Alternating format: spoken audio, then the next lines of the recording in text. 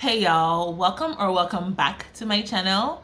If you're new here, my name is Deidre Anderson and I'm an adult contemporary romance author, and I write about black girls and the men who love them.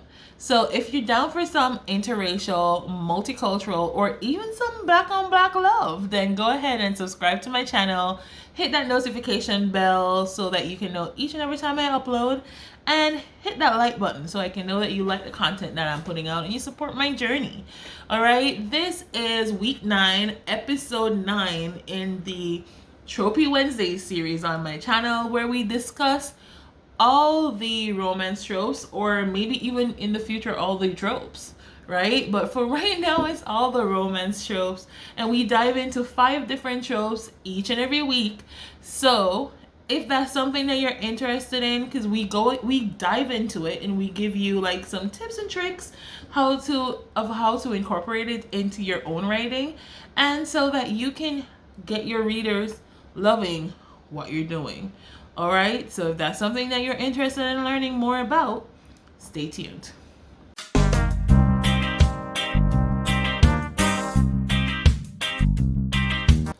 All right, welcome back again. This is week 9, episode 9 of the Tropey Wednesday series, and we will be discussing 5 tropes today. As usual, if you see me looking down, it's because I'm looking at my computer. But the tropes we will be discussing this week are the love triangle trope, the maid trope, the mail order bride trope, marriage of convenience, and the marriage pact. So as usual, I'll drop them below in the description box for you so that you can easily see what tropes are being discussed this week. And if you missed any of the further weeks, you can go ahead and hit the tab. I'll link it somewhere up top for you to catch up on the other ones if you haven't already seen those, right? Or if we already discussed one of the tropes you're looking for. All right, now let's get started. The very first trope we will be diving into today is the love triangle. Now, last week we spoke about a spin-off of this. We spoke about the imaginary love triangle last week, right?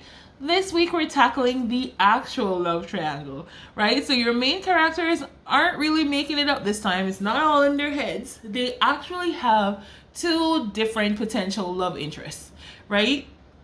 Now, this was made popular to me. It was probably around before, but the first genuine love triangle that I saw in my reading journey was Twilight, right? Now, you know, in Twilight they have 2 of them, and they have that's where you get the ships, right? Where they started shipping Jacob, or I was team Jacob, can you tell? But I'm okay with how it went. But this is where you get 2 different ships where they're shipping people to either Edward, or shipping her to either Edward or Jacob, and you decide which team you're on, because they could legitimately see her with both Jacob and Edward for different reasons. That's what you want to do with your character. Your love triangle should be believable on both fronts. What I realized that some readers basically complain about in love triangles, and why a lot of people don't really like love triangles, is because as an author, you already know who your character is going to end up with. Especially if you're not writing white shoes or reverse harems, then eventually your character is ending up with one of these characters, right? And as the author, most times going in, you already know who your character ends up with, right? And because of that, there tends to be a few more details or hints dropped towards the character that you want them to end up with. So you have them doing more things that would lean people towards them, right? But in a true love triangle, you shouldn't really have too many cons for either one, right? Because especially in the early stages, you want your readers to love and root for both of these people. You want them to create the ships. You want them to create the team Edward and the team Jacob, and you want them to go back and forth until it becomes time for the character to actually make a decision and come up with who she feels more attracted to, or who she loves more, right? Or who she actually has feelings for. So it shouldn't be that you're not really writing one hero and one villain here. So you don't want one to be really mean to her and one to not be. You want it to actually be believable that both these characters could make viable love interests for your protagonist. But at the end of the day, that protagonist is going to choose the person who maybe better suits their personality, or better suits their needs, or suits what they value, or the qualities that they look for in a partner, right? But they should both be viable options, right? Because you never know, if this becomes a series, you want to actually show the other character that she did not choose getting their happily ever after. Because people are going to want to root for them, because they've already been invested in this character. They already rooted for them for this long, that they want to see them happy and they want to figure out what happens to them, right? So you want to make sure that it's done in such a way that it's believable that both these people could be good love interests for your main protagonist. All right, so that is the love triangle trope. Now, the second trope we're going into is the maid trope.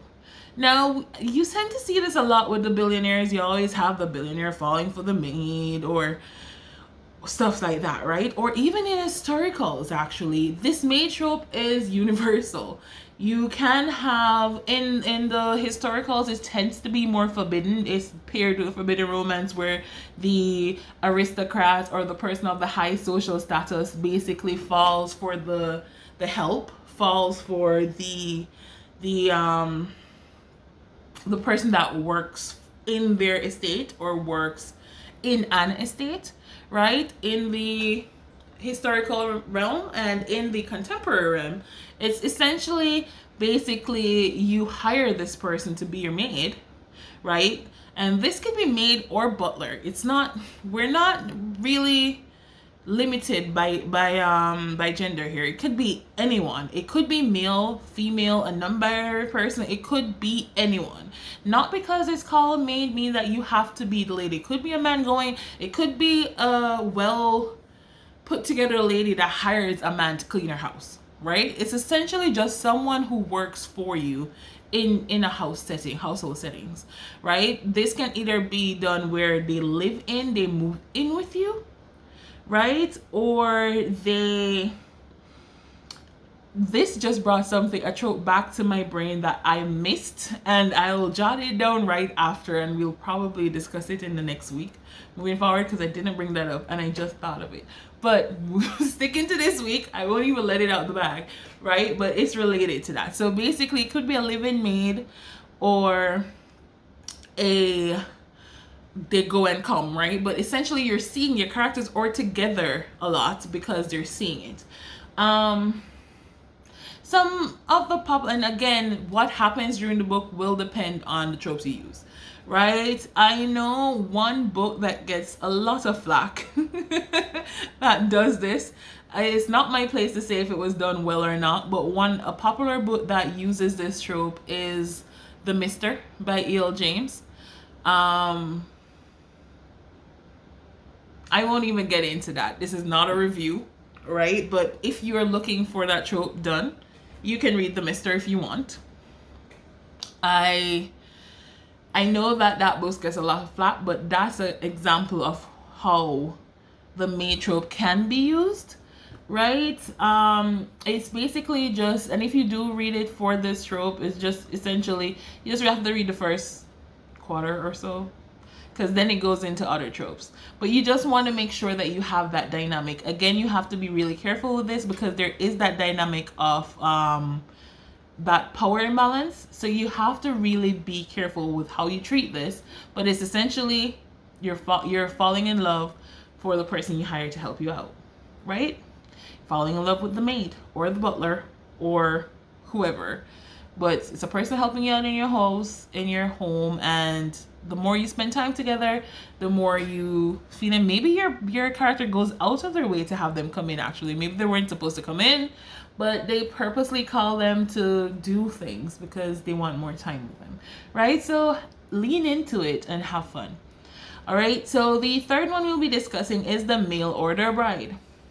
Now, this trope essentially is basically where our protagonist It says bride because it's usually the female character, and that is the mail order spouse normally, but it can be, again, all of these tropes can be spun on their head. You can do it differently. It's usually the main protagonist is usually the hero in the sense that is seeking a bride, seeking a spouse for whatever reason, and it's very popular in historicals, but I have seen it becoming more and more popular, increasingly popular in like short contemporaries as well. So it's essentially that your main character, which is normally the male, the hero, is seeking a spouse for whatever reason, whatever their motivations is, and so they opt to actually elicit a spouse through like print or electronic media. So they put out an ad for a bride.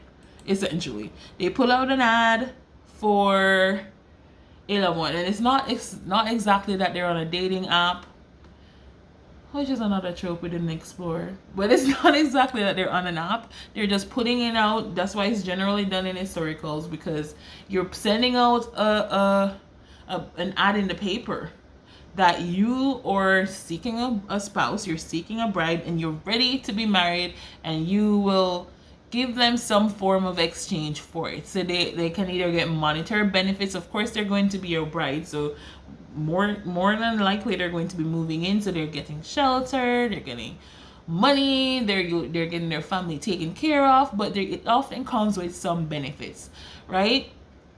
And unbeknownst to them, is when they actually get married and start living together and cohabitating together, they fall for each other.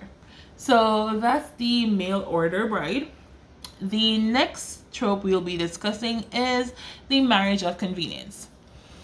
All right, we did tap a little bit on this in the very first episode of this series where we spoke about arranged marriage. The marriage of convenience is just as it sounds. Or characters are getting married or agree to get married because it's convenient to either one or both of them. They are both getting some form of benefit from being married to each other, so they agree that for the greater good, they'll agree to be married. It's not necessarily getting married out of love, but for the greater good. I have a book that uses the marriage of convenience trope. It's Will to a Dom. I'll also link it below in case you want to check it out.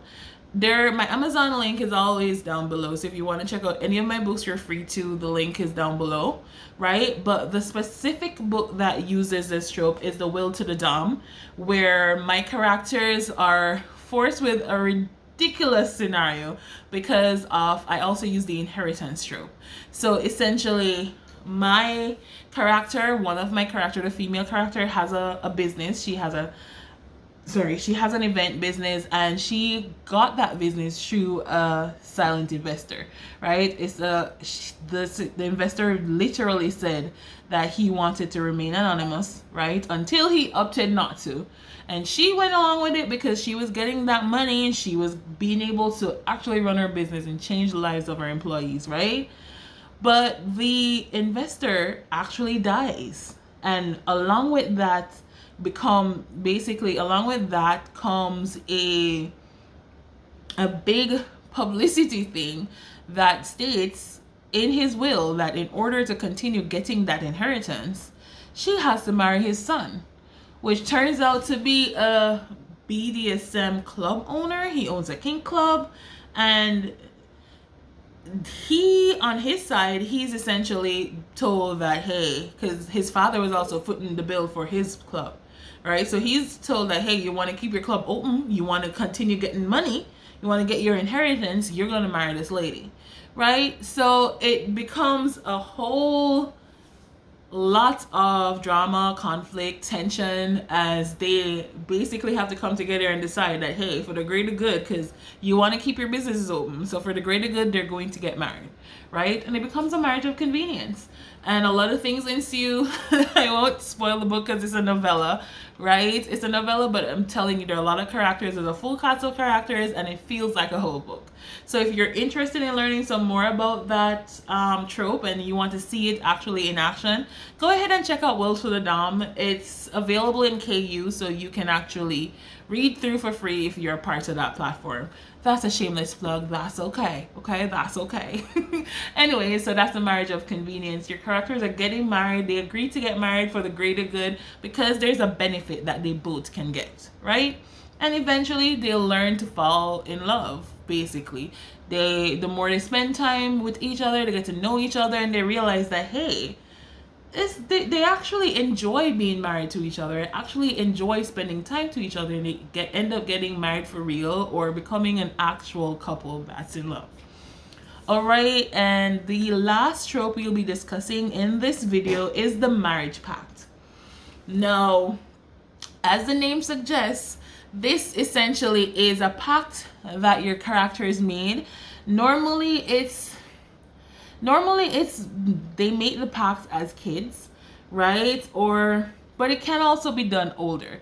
It's just predominantly done as kids. Maybe they lived across the street from each other. They were really good friends when they were younger, and they basically make a promise to each other that, hey, if they don't get married by the time they're 50 or by the time they're 40 or some ridiculous things, they'll get married, right? Or no matter what happens, they'll eventually end up getting married because, you know, they're friends and they want each other to basically be happy, right? So they promise each other that if they're single in the future, whenever time, they'll get married to each other, right? So, and surprise, surprise, as you'd expect, along with this story, these stories generally have like a jump forward, or you see them both going from failed relationship to failed relationship to failed relationship in the beginning, right? So they, for whatever reason, they are single. So they promised each other that by 40, if they're not married, they're going to get married.